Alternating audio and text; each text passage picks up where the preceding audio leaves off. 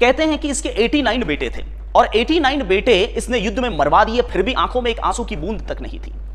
एक इतिहासकार है हसन निजामी। देखिए, आप तो जानते हैं अली बाबा और 40 चोर। अली बाबा मोहम्मद गोरी, अल्तमश शिहाबुद्दीन मोहम्मद गोरी। गोरी अपनी राजधानी गजनी लौट गया और अपने 40 चोर को, 40 गुलाम को यहां पर छोड़ के गया हिंदुस्तान में। ठीक है, और उसमें से सबसे पहला गुलाम था कुतुबुद्दीन ऐबक। ऐबक के बाद में दूसरा सुल्तान बना दिल्ली के तख्त पर, वो बना आराम शाह। तीसरा सुल्तान बना इल्तुतमिश, और इल्तुतमिश के बाद में दिल्ली के तख्त पर आसीन हुई रजिया सुल्ताना, उसकी बेटी। रजिया के बाद रुकुनुद्दीन फिरोज, फिर उसके बाद में अलाउद्दीन बहराम शाह, अलाउद्दीन मशहूद शाह, फिर ताजुद्दीन याल्दौस, उसके बाद में जो है नासिरुद्दीन महमूद, और नासिरुद्दीन महमूद के बाद में नेक्स्ट सुल्तान बना गयासुद्दीन बलबन। देखिए, बलबन जो है वह एक गुलामों का भी गुलाम था, और बलबन खुद मंगोल आक्रमण में घिरा हुआ था।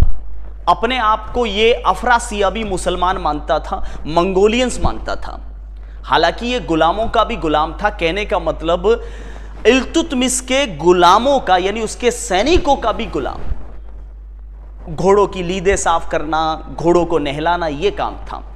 और आप सोचिए कि जब गुलामों का गुलाम भी अगर सुल्तान बन जाए तो दूसरे गुलामों को खटकेगा तो सही।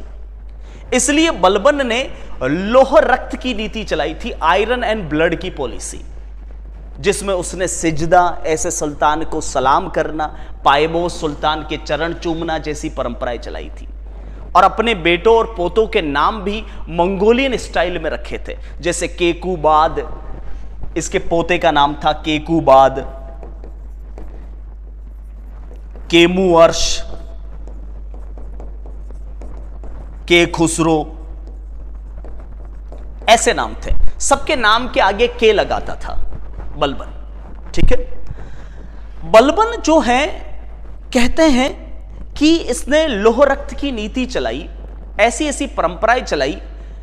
कहते हैं कि इसके 89 बेटे थे और 89 बेटे इसने युद्ध में मरवा दिए, फिर भी आंखों में एक आंसू की बूंद तक नहीं थी। एक इतिहासकार है हसन निजामी, वह अपनी पुस्तक फुतूह सलातीन ए अफगीना में लिखता है कि जब यह मरा था तब इसके जनाजे के 1 किलोमीटर पीछे जनता चल रही थी। पता है क्यों? उस जनता को डर था कि कहीं उठ के खड़ा होके मार ना देवे। इतना खौफ फैला दिया था बलबन ने। ठीक है, इसी बलबन के 2 पोते बचे थे। एक का नाम था केकुबाद, जो बेचारा कुबड़ा था, और एक था केमुअर्स, जो कि एक 1.5 साल का दूध मुहा बालक था। ठीक है, इसी केमुअर्स का एक गुलाम था। ध्यान से सुनिएगा यहां की स्टोरी। इसी केमुअर्स का एक गुलाम था जिसका नाम था बहाउद्दीन। यह बहाउद्दीन जो है 1.5 साल के अपने सुल्तान की मुंडी मरोड़ देता है, यानी उसे मार देता है बहाउद्दीन। उसी बहाउद्दीन का छोटा भाई था जलालुद्दीन फिरोज खिलजी। यह जलालुद्दीन फिरोज खिलजी अपने ही भाई पर सुल्तान की हत्या का आरोप लगाकर अपने ही भाई को काट डालता है, मार देता है, और स्वयं सुल्तान बन जाता है 1290 में, 1290 ईस्वी में।